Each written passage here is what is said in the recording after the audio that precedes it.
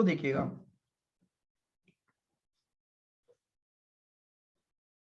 दो तरह की हमारी ब्रांचेस हैं, इनलैंड या होम ब्रांचेस और foreign branches.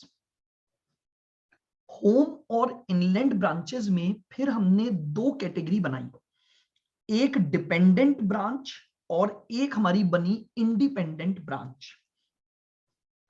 The most important point is, ये डिपेंडेंट और इंडिपेंडेंट जो कैटेगरी बनाई गई है ये अकाउंटिंग पर्पस के लिए बनाई गई है। यानी डिपेंडेंट ब्रांच का मतलब ऐसी ब्रांचेस से है जो कि अकाउंटिंग करने के लिए एचओ पर निर्भर करती हैं। यानी डिपेंडेंट ब्रांचेस वो ब्रांचेस हैं जो अपनी खुद के यहां पर कोई बुक्स ऑफ अकाउंट्स मेंटेन नहीं करेगी। इनकी सारी बुक्स ऑफ अकाउंट्स किसके पास मेंटेन की जाएंगी? हेड ऑफिस के पास मेंटेन की जाएंगी। जबकि जो इंडिपेंडेंट ब्रांचेस हैं वो अपनी खुद की अकाउंटिंग खुद के पास मेंटेन करेंगी। यानी ये अकाउंटिंग पर्पस से इंडिपेंडेंट है, ये अकाउंटिंग पर्पस से डिपेंडेंट है। अब अगर कोई ब्रांच डिपेंडेंट ब्रांच है तो उसके प्रॉफिट और लॉस को कौन फाइंड आउट कर रहा है? Head office. तो हेड ऑफिस डिपेंडेंट ब्रांच के प्रॉफिट लॉस को फाइंड आउट करने के लिए कई अलग अलग मेथड से अकाउंटिंग करता है। तो यहां पर लिखेंगे आप, ये हमारा कौन से पॉइंट हो गया? थर्ड पॉइंट चल रहा था, टाइप्स ऑफ ब्रांचेस। फोर्थ बना लें चाहे तो आप, लिखें point number 4।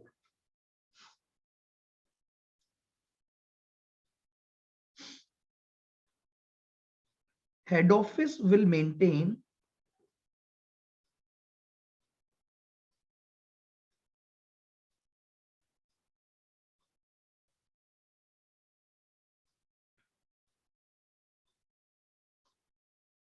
branch books। head office यानी HO will maintain branch books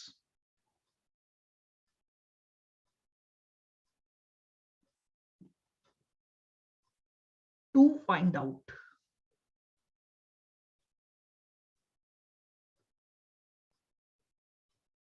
profit oblique loss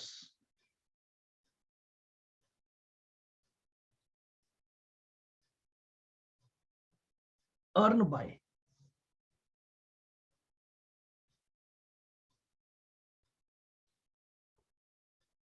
branch। HO will maintain branch books to find out the profit or loss by dependent branch।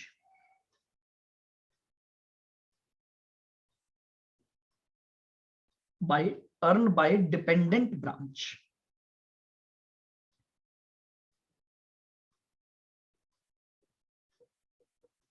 There are 4 different methods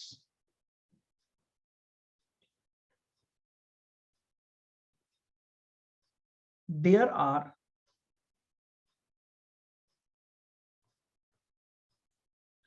4 different methods to there are 4 different methods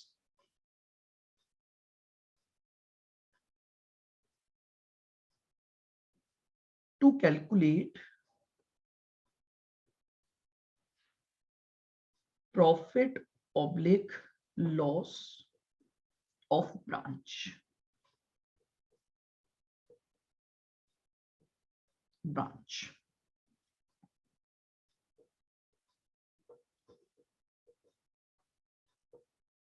method 1 जिसे हम बोलते हैं debtors method. Debtors method.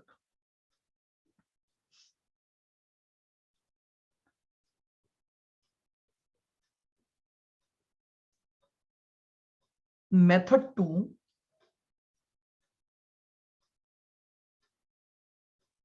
जिसे हम बोलेंगे stock and debtors method.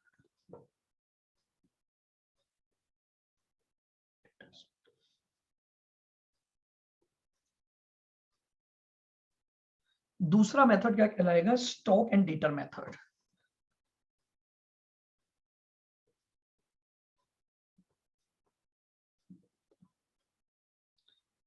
Method number 3, final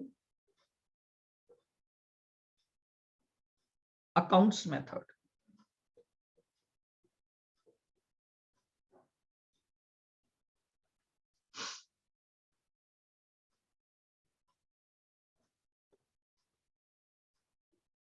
और method number 4, wholesale price method.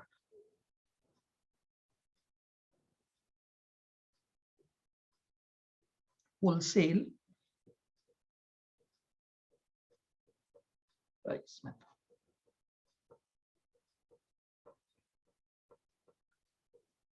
तो देखिएगा, जो डिपेंडेंट ब्रांच हैं उनकी अकाउंटिंग हेड ऑफिस करेगा, और हेड ऑफिस ऐसी ब्रांचेस के प्रॉफिट और लॉस की कैलकुलेशन के लिए इनमें से कोई भी मेथड फॉलो करता है।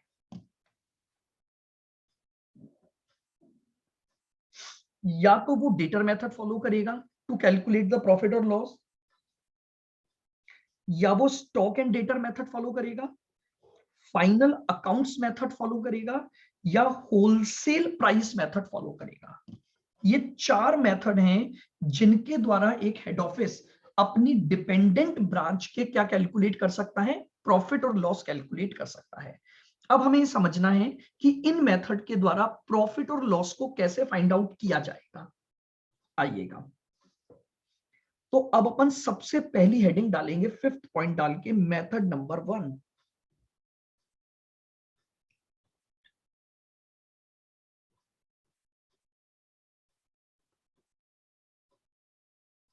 मेथड 1,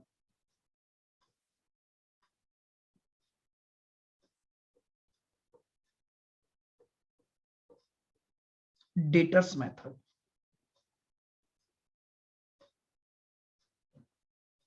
आइएगा, बहुत ध्यान से मेरी बात को सुनना है।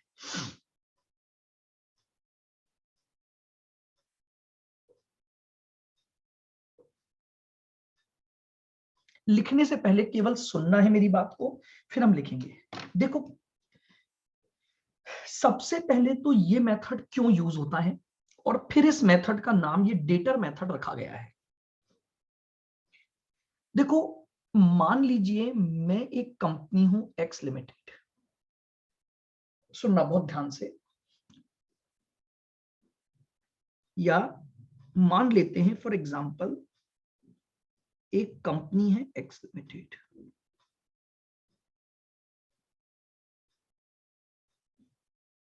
जो कि हेड ऑफिस है जयपुर। जयपुर में ये इसकी एक ब्रांच है,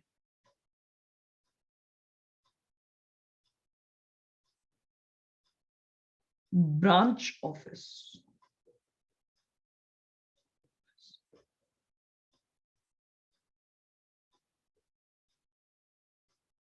एट दिल्ली। ठीक है,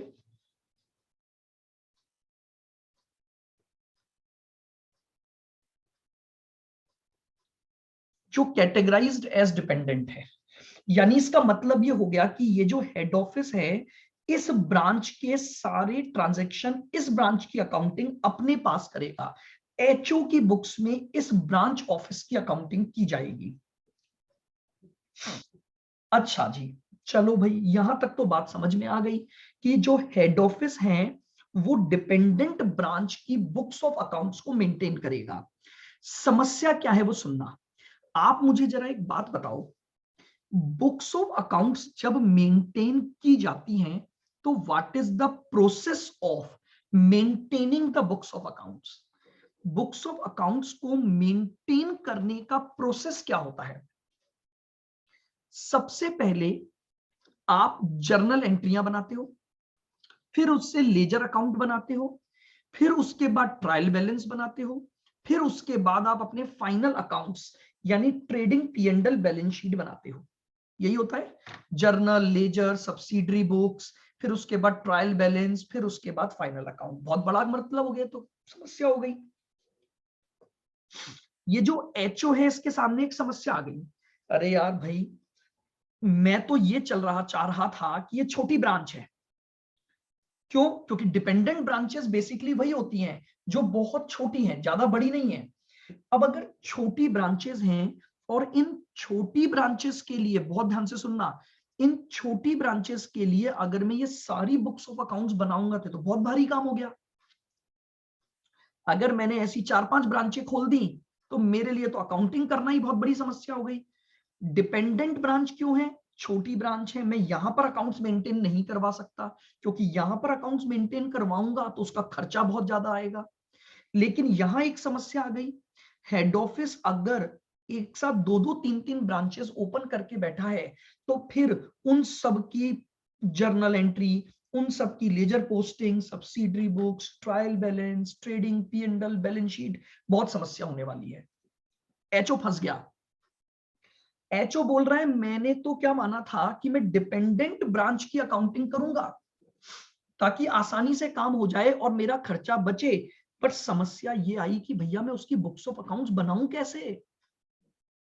क्योंकि अगर उसकी मैं एक बुक्स ऑफ अकाउंट्स पूरी मेंटेन कर रहा हूं तो मेरे सामने जो समस्या आ रही है वो क्या आ रही है? अकाउंटिंग का खर्चा बढ़ रहा है। इतना टाइम तो मेरे को ब्रांच की अकाउंटिंग में ही लग जाएगा, तो मैं एचओ की अकाउंटिंग कब करूंगा? समझ रहे हो? तो ऐसी समस्या किसके पास आ गई? इस एचओ के पास आ गई। अब ये एचओ चल दिया इस समस्या का समाधान ढूंढने के लिए। ये एचओ चल दिया इस समस्या का समाधान ढूंढने के लिए। और तभी रास्ते में अचानक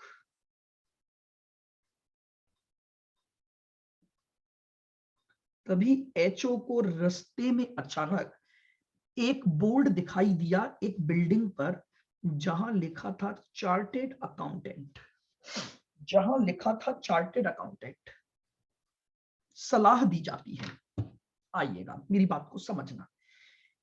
तो ये एचओ जब अपने इस समस्या का समाधान ढूंढने के लिए आगे जा रहा था तो इसे एक सीए का ऑफिस दिखाई दिया। इसने कहा अरे वाह, मुझे तो अकाउंट्स के ज्ञानी पंडित मिल गए। मैं जरा इनके पास जाता हूं और पूछता हूं कि मैं क्या करूं। मैं तो फंस गया, अब इन ब्रांचेस की अकाउंटिंग कैसे करूं? सीए के पास गया, यानी एचओ जो था वो किसके पास पहुंचा? सीए के दफ्तर में पहुंचा। अब सीए ने पूछा उससे, भाई एक बात बता, तू अपने अकाउंट से क्या चाहता है? तू ये अकाउंट्स क्यों मेंटेन कर रहा है? तो एक्स लिमिटेड ने जवाब दिया कि देखो, मेरे दो बेसिक ऑब्जेक्ट है। ऑब्जेक्ट नंबर 1, मुझे अपनी ब्रांच का प्रॉफिट और लॉस पता लग जाए, और ऑब्जेक्ट नंबर 2, मुझे मेरे ब्रांच की असेट्स और लाइबिलिटीज पता लग जाए।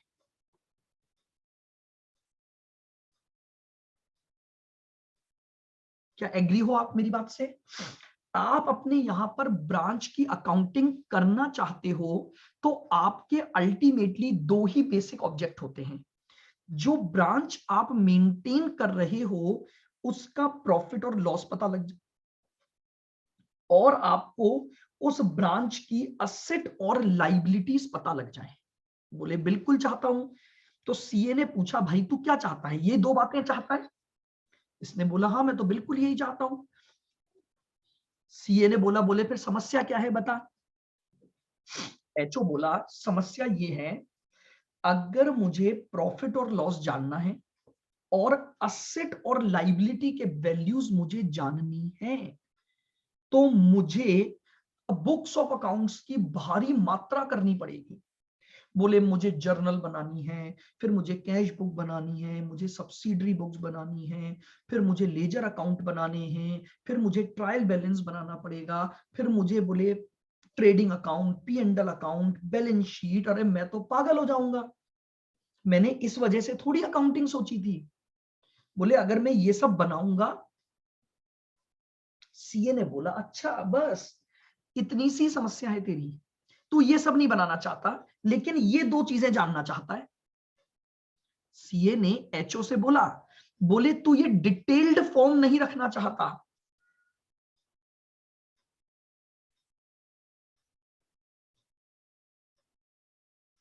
Detailed form of accounts.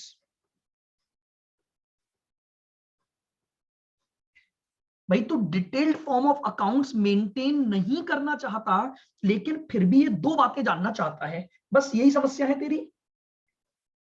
नहीं नहीं, रुको रुको, बुक्स ऑफ अकाउंट्स बना रहे हैं, मेमोरेंडम नहीं बन सकती बुक्स ऑफ अकाउंट्स। मुझे P&L जानना है, असेट और लाइबिलिटी जाननी है, तो books of accounts he maintain करनी है। लेकिन बुक्स ऑफ अकाउंट्स में मैं डिटेल्ड फॉर्म ऑफ अकाउंट्स नहीं रखना चाहता, क्योंकि एचओ बोल रहा है कि यार मैं अगर यही सब करना होता तो फिर मैं इंडिपेंडेंट ब्रांच ही नहीं कर लेता।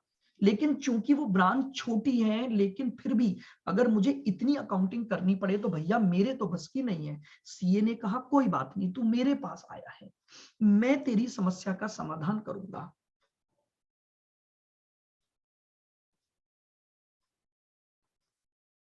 और मैं तुझे एक रास्ता दूंगा कंडेंस्ड फॉर्म ऑफ अकाउंट्स का।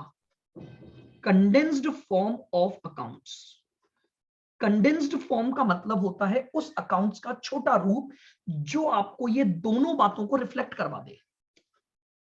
तब जाके पहले मेथड का जन्म हुआ, तब जाकर पहले मेथड का जन्म हुआ।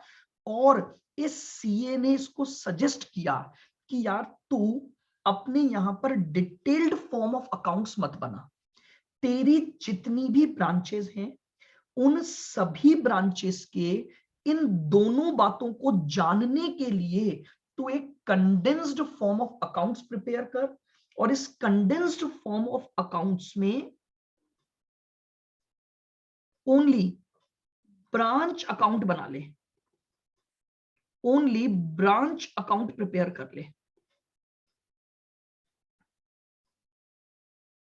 सीए ने एचओ को सजेस्ट किया कि जब तू इस मेथड को फॉलो करना चाहता है तो तू कंडेंस्ड फॉर्म ऑफ अकाउंट्स रख, डिटेल्ड फॉर्म ऑफ अकाउंट से बाहर आ जा। ये तो तू मेंटेन ही नहीं करना चाहता, फिर भी तू चाहता है कि तुझे तेरे बिजनेस का, तुझे तेरी ब्रांच का प्रॉफिट और लॉस पता लग जाए और असेट और लाइबिलिटी पता लग जाए। तो बोले तू ऐसा कर, condensed form of accounts maintain कर ले। डिटेल्ड आप सबको पता है, बचपन से आप बनाते आ रहे हैं। कंडेंस्ड होता है एक ऐसी अकाउंटिंग को मेंटेन करना जिससे उस पर्टिकुलर एस्पेक्ट का प्रॉफिट लॉस पता लग जाए। जैसे आपको याद हो, आप कंसाइनमेंट अकाउंट में एक सिंगल कंसाइनमेंट अकाउंट बनाते हैं और उससे आप अपने कंसाइनमेंट के बिजनेस का प्रॉफिट लॉस निकाल लेते हैं। ज्वाइंट वेंचर में आप ज्वाइंट वेंचर अकाउंट बनाते हैं और उससे उस पर्टिकुलर वेंचर का प्रॉफिट लॉस फाइंड आउट कर लेते हैं। इन द सेम मैनर इस सीए ने सजेस्ट किया कि तू एक कंडेंस्ड फॉर्म बना और उस कंडेंस्ड फॉर्म में ब्रांच अकाउंट बना। अब ब्रांच अकाउंट में दोनों बातें रिफ्लेक्ट करनी है तुझे, असेट्स और लाइबिलिटीज ऑफ द ब्रांच भी रिफ्लेक्ट करनी है और उन सभी बातों को भी रिफ्लेक्ट करना है जिससे तू प्रॉफिट और लॉस ढूंढ सके। तो तू क्या बना, एक ब्रांच अकाउंट बना। बोले ठीक है सर जी, अब ये भी बता दो ये ब्रांच अकाउंट कैसे बनाऊं मैं। बोले कुछ नहीं करना, समस्या अगर तुझे लग रही है तो सोच कि सर ब्रांच अकाउंट कैसे करूं। तो बोले देख, एक सिंपल सी बात सोच, तू अपने आप को ब्रांच के सामने रख और इस अकाउंट में वो सारे के सारे ट्रांजैक्शन रिकॉर्ड कर ले जो तेरे और ब्रांच के बीच में हुए हैं, जस्ट लाइक डेटर मेथड। तू ये मान ले कि वो ब्रांच तेरी एक डेटर है, तूने ब्रांच को जो जो दिया उससे उसको डेटर बनाते जा, जो जो उससे तेरे पास आया उसको कैंसिल करते जा। एक सिंगल अकाउंट में सारी इंफॉर्मेशन को तू रख दे। तो बोले sir debtor account, sorry, branch account अगर मुझे इस मेथड में बनाना है तो एक ही रूल मुझे फॉलो करना है, और वो रूल क्या है? रूल क्या है भैया? ब्रांच अकाउंट में केवल वो ट्रांजैक्शन इन्वॉल्व करो, वही ट्रांजैक्शन रिकॉर्ड करो जो ब्रांच और एचओ के बीच में हुए हैं। इसके अलावा अगर कोई भी ट्रांजैक्शन किसी थर्ड पार्टी के साथ हुआ है, उस ट्रांजैक्शन को यहां रिकॉर्ड नहीं किया जाएगा। बोले तू इस अकाउंट में एक ही बात कर, तू इस अकाउंट में एक ही बात कर, तेरे और ब्रांच के बीच में जो ट्रांजैक्शन हुए उनको लिखता जा, अल्टीमेटली तुझे तेरी सारी इंफॉर्मेशन पता लग जाएंगी। बोले बस इतना सा ही करना है? सीए बोला हाँ, यही कंडेंस्ड फॉर्म ऑफ अकाउंटिंग है कि तू अपने यहां पर अपनी हर ब्रांच का एक सेपरेट अकाउंट ले ले और उसमें केवल और केवल वो ट्रांजैक्शन रिकॉर्ड कर, केवल और केवल वो ट्रांजैक्शन रिकॉर्ड कर जो तेरे और ब्रांच के बीच में हुए हैं। बाकी सारे ट्रांजैक्शन को ब्रांच अकाउंट में नहीं लिखेगा। उनको कहां लिखना है वो मैं समझाऊंगा, पहले तू समझ कि कंडेंस्ड फॉर्म में तुझे क्या करना है। कंडेंस्ड फॉर्म में तुझे केवल ब्रांच अकाउंट बनाना है और इसमें केवल और केवल वो ट्रांजैक्शन रिकॉर्ड करने हैं जो तेरे और ब्रांच को रिफ्लेक्ट करेंगे। बस तुझे और ब्रांच को रिफ्लेक्ट करेंगे, वो आएंगे, बाकी कुछ नहीं आएगा। और इसका नेचर जो होगा वो डेटर की रेडिटर की तरह से होगा, इसीलिए इस मेथड को हम नाम देंगे डेटर्स मेथड। ब्रांच मेरी डेटर बन गई, मैंने जैसे ही ब्रांच को माल दे दिया, ब्रांच को ओपन कर दिया, तो इमीडिएटली मेरी बुक्स में ब्रांच मेरी एक डेटर बन गई और मैं जस्ट लाइक उसी बात को सोचते हुए मैं एक अकाउंट प्रिपेयर कर दूंगा। फिर एचओ ने पूछा, बोले इसमें असेट लायबिलिटी आ जाएंगी क्या? बोले हाँ बिल्कुल आएंगी। बोले कैसे आएंगी? बोले एक बात बता, जो भी ब्रांच की असेट हैं, एक तरह से ब्रांच के पास जो कुछ भी है वो तेरा ही तो है। मान लो ब्रांच के पास कोई फिक्स असेट है, तो वो फिक्स असेट किसकी है? तेरी है।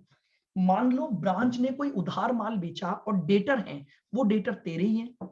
अगर ब्रांच के पास कोई फर्नीचर है तो वो फर्नीचर तेरा है, कोई स्टॉक है तो वो स्टॉक तेरा है। तो समझ रहा है मेरी बात को कि बोले तुझे उन सभी के लिए पैसा किससे लेना है? जैसे मान लो फॉर एग्जांपल मैं आपको ये बताऊं, ब्रांच के पास एक फर्नीचर है। आप जरा सोचो, ब्रांच ने वो जो फर्नीचर खरीदा होगा, वो दो ही तरीके होते हैं, या तो मैंने उसे पैसा भेजा या ब्रांच के पास जो सेल से पैसा आया होगा उसने उससे फर्नीचर खरीदा। तो अल्टीमेटली जो फर्नीचर ब्रांच के पास है मैं वो पैसा उससे मांगता हूं। भैया सीधी सी बात है, पैसा मेरा लगा हुआ है। जब मैंने तुझे डेटर बना दिया तो हर उस पैसे से तू मेरा डेटर है जो तुझे मुझे देना बनता है, और हर उस पैसे से तू मेरा क्रेडिटर है जो तू मुझसे मांगता है। फॉर एग्जाम्पल उधार माल खरीदा, क्रेडिटर क्रिएट हुए, तो वो क्रेडिटर मेरे हैं, वो क्रेडिटर तेरे नहीं है, वो क्रेडिटर मेरे हैं। तूने माल खरीद लिया, तुझे क्रेडिटर को पैसा देना है, तो अल्टीमेटली एचओ से ही तो मांगेगा तू पैसा। तो यानी ये जो एक आप ब्रांच अकाउंट बनाओगे under debtors method, simple branch account बनेगा इन कंडेंस्ड फॉर्म ऑफ अकाउंट्स। तो कुल मिलाकर ये पहले मेथड के आने का उसका जो ओरिजिन था वो इस तरह से हुआ। एचओ ने डिपेंडेंट ब्रांच बनाई, समस्या आ गई अकाउंट्स को मेंटेन करने की। उसे लगा यार मुझे अगर डिटेल्ड फॉर्म मेंटेन करना पड़ गया तो ठीक है, मैं प्रॉफिट लॉस तो निकाल लूंगा, बट बात तो वही हो गई, मुझे तो बहुत सारी अकाउंटिंग करनी पड़ गई। तब जाके एक नए फॉर्म ऑफ अकाउंट्स का जन्म हुआ which is called condensed form of accounts. जिस कंडेंस्ड फॉर्म ऑफ अकाउंट्स में मैं केवल एक अकाउंट मेंटेन करूंगा which is called branch account. आओ पहले थोड़ा सा इसके फॉर्मेट पर मैं बात करता हूं। अच्छा फिर मैं लिखवा भी देता हूं, पहले चलो पहले लिख लो, लिखो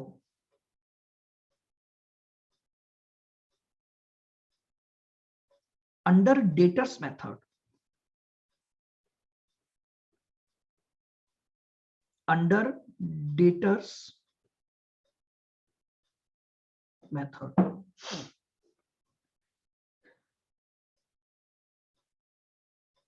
वी यानी HO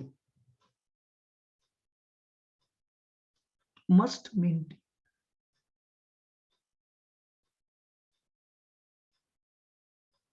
maintain under debtors method, HO must maintain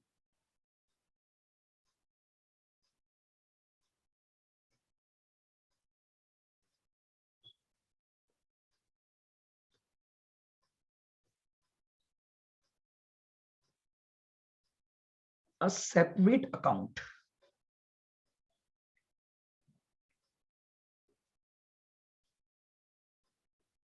known as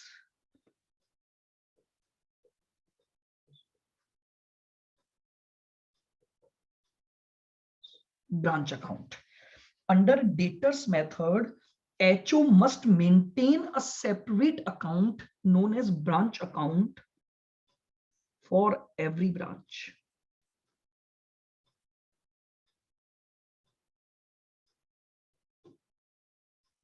कितनी भी ब्रांचेस हो अब आपकी, आपको केवल एक सिंगल अकाउंट ओपन करना है जो कि किस नाम से जाना जाएगा, ब्रांच अकाउंट के नाम से जाना जाएगा।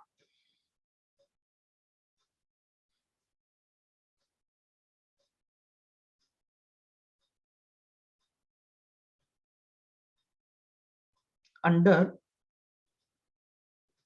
This account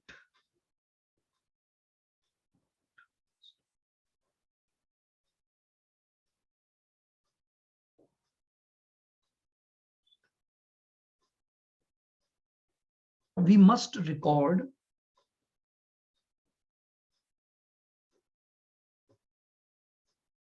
only those transactions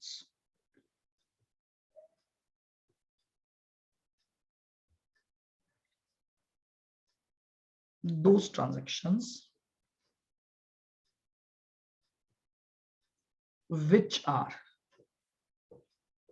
entered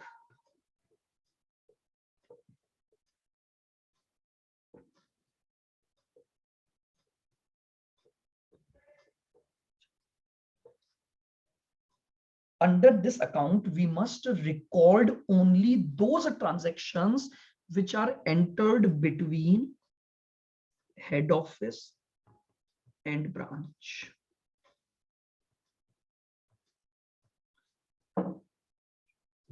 ठीक है, इस अकाउंट में हम केवल उन्हीं ट्रांजैक्शंस को रिकॉर्ड करेंगे जो कि एचओ और ब्रांच के बीच में हुए हैं। थर्ड पार्टी के साथ जो ट्रांजैक्शन होंगे वो यहां पर रिकॉर्ड नहीं होंगे।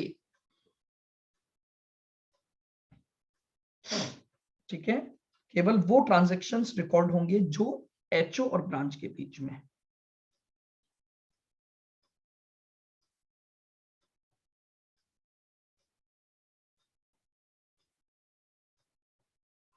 Under this method,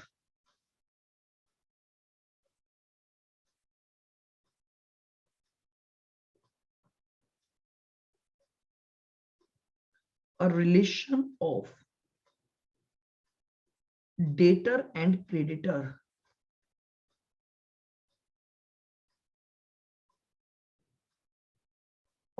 under this method, a relation of debtor and creditor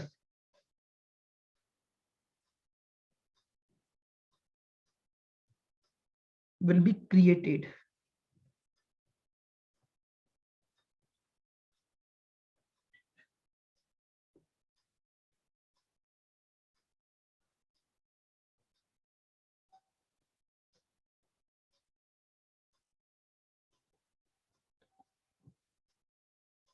ये लीजिए। हम सिंपली इस मेथड में क्या करेंगे, डेटर और क्रेडिटर का रिलेशन क्रिएट कर लेंगे। जब भी हम अपनी अकाउंटिंग करेंगे तो माइंड में एक ही बात समझना, एक ही बात सोचना कि जिस पैसे के लिए वो मेरा डेटर है तो ब्रांच को डेबिट कर दूंगा, और दूसरा उस नाम आ जाएगा जिस रेस्पेक्ट में वो मेरा डेटर है। मेरी लाइन को बहुत ध्यान से सुनना। अगर मैं ट्रांजैक्शन को रिकॉर्ड करते समय डेटर क्रेडिटर का रिलेशन ढूंढ रहा हूं, तो याद रखो जिस जिस पैसे के लिए मैं ब्रांच से पैसा मांगता हूं, ब्रांच अकाउंट डेबिट वो डेटर बनेगा, और जिस नाम से पैसा मांग रहा हूं उसका अकाउंट क्रेडिट हो जाएगा। जैसे मान लो फॉर एग्जांपल मैं उससे असेट के रेस्पेक्ट में पैसा मांग रहा हूं, तो ब्रांच टू असेट, मैंने उसे कुछ खर्चों का पेमेंट किया, उस खर्चों के लिए मैं मांग रहा हूं, तो ब्रांच टू बैंक, मैंने उसे गुड्स भेजा, उस वजह से मैं उससे पैसा मांग रहा हूं, तो ब्रांच टू गुड सेंट। यानी ब्रांच को बार बार डेटर बना दो या ब्रांच को क्रेडिटर बना दो। हर अकाउंटिंग ट्रांजैक्शन में बस ये रूल नंबर 2 और 3 याद रख लेना, इस टॉपिक में कहीं गलती नहीं होगी। डेटर मेथड में हर ट्रांजैक्शन जो किया गया है, पहले तो ये देखना वो ट्रांजैक्शन ही रिकॉर्ड करना है जो एचओ और ब्रांच के बीच में हुआ है या इनके रिलेशन की वजह से हुआ है। और दूसरा, यहां पर ट्रांजैक्शन को रिकॉर्ड करते समय डेटर और क्रेडिटर का रिलेशन याद रखना है। ब्रांच या तो आपका डेटर बनता जाएगा या ब्रांच आपका क्रेडिटर बनता जाएगा, और अल्टीमेटली हम क्या कर लेंगे, इस अकाउंट से अपना प्रॉफिट और लॉस ऑफ द ब्रांच क्या करेंगे, कैलकुलेट कर लेंगे।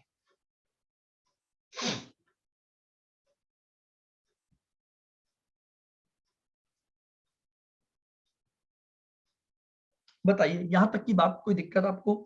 कि डेटर मेथड में आपको एक सेपरेट अकाउंट बनाना है which is known as, inverted commas में कर लो, ब्रांच अकाउंट बनाएंगे। हर ब्रांच के रेस्पेक्ट में केवल एचओ और ब्रांच के ट्रांजैक्शन होंगे, थर्ड पार्टी का ट्रांजैक्शन रिकॉर्ड नहीं होगा, और डेटर और क्रेडिटर का रिलेशन मेंटेन करते हुए अकाउंटिंग करनी है। बस अगर ये 3 बातें आप याद करोगे तो आप अपना प्रॉफिट और loss of the branch through debtor account calculate कर पाओगे। थोड़े बहुत ट्रांजैक्शन में लिखवा देता हूं इस अकाउंट के। चलिएगा, तो अब अपन बनाते हैं ब्रांच अकाउंट।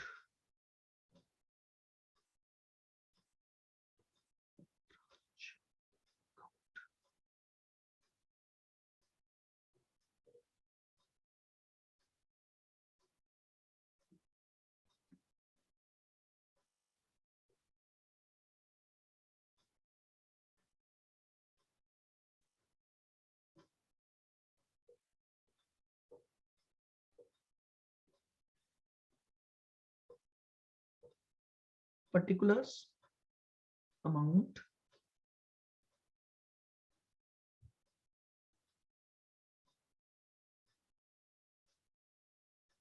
अमाउंट। सबसे पहले ब्रांच के पास जितनी भी असेट्स हैं, सब असेट्स एचओ की हैं। अगर एचओ ने भिजवाई हैं तो भी उस पैसे को एचओ मांगेगा, और ब्रांच ने एचओ के द्वारा भेजे गए पैसों से खरीदी है तो भी होगा। तो लीजिए, सबसे पहले जो भी असेट्स हैं उनके ओपनिंग बैलेंस उतार दूंगा।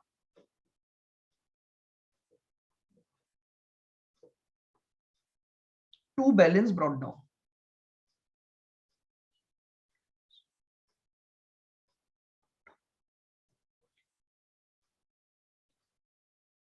जितना भी स्टॉक पड़ा हुआ है उस स्टॉक के पैसे के लिए ब्रांच मेरी डेटर है। ब्रांच के जितने भी डेटर्स हैं, अब समझना एक्चुअली में क्या हुआ होगा वो सोचो। मैंने ब्रांच को गुड्स भेजा, तो मैं तो उस गुड्स का पैसा ब्रांच से मांगता हूं, ब्रांच ने आगे उसे क्रेडिट पर बेच दिया, तो जो ब्रांच के डेटर हैं उन पैसों के लिए अब पैसा मैं ही मांगता हूं, तो वो डेटर्स की ओपनिंग वैल्यू आ गई।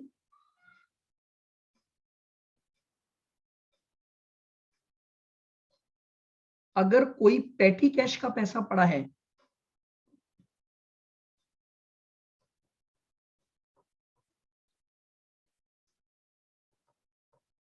कोई भी फिक्स असेट है,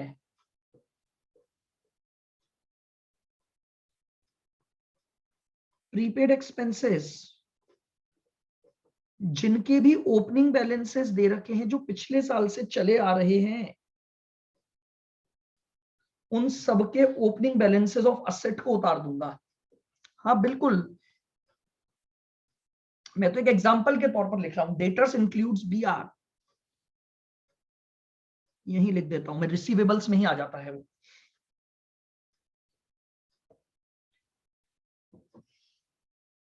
और अगर इसी तरह कुछ लाइबिलिटी के बैलेंस चल रहे हैं तो वो मेरा क्रेडिटर बनेगा।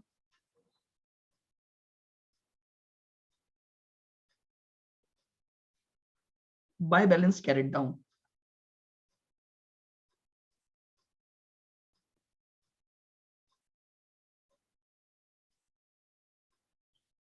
क्रेडिटर्स की वैल्यू,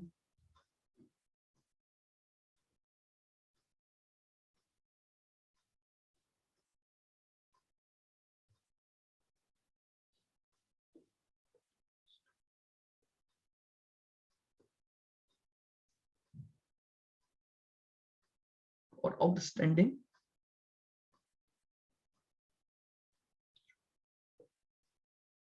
ठीक है। जो भी आपके पास ओपनिंग बैलेंस है असेट्स का वो मैंने लिख दिया, और जितना भी ओपनिंग बैलेंस ऑफ लाइबिलिटीज है वो भी मैंने यहां पर लिख दिया।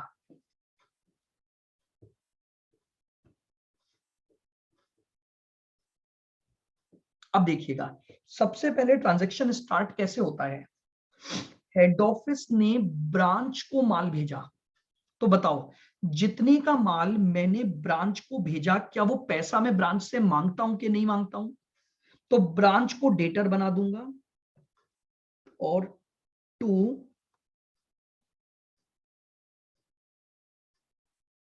Goods sent to branch.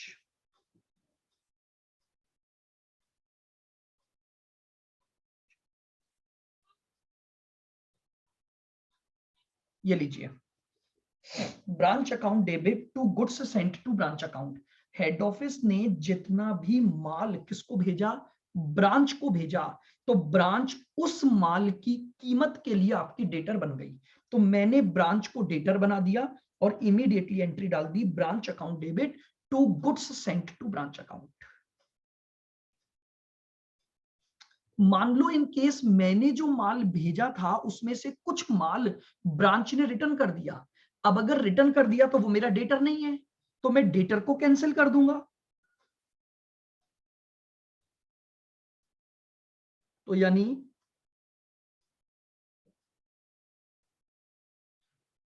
Bye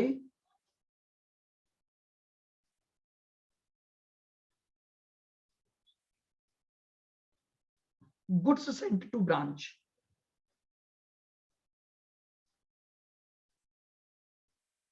return to HO. ये लीजिए, एचओ को रिटर्न कर दिया। भैया सीधी सी बात है, जब एचओ ने माल भेजा था तो मैंने ब्रांच को डेटर बना दिया था। अब अगर मान लो ब्रांच ने एचओ को कोई माल वापस रिटर्न कर दिया, तो भैया उस डेबिट एंट्री को कैंसिल कर दो, उसी नाम से कैंसिल हो जाएगी। By good sent to branch, bracket में मैंने लिख दिया रिटर्न टू।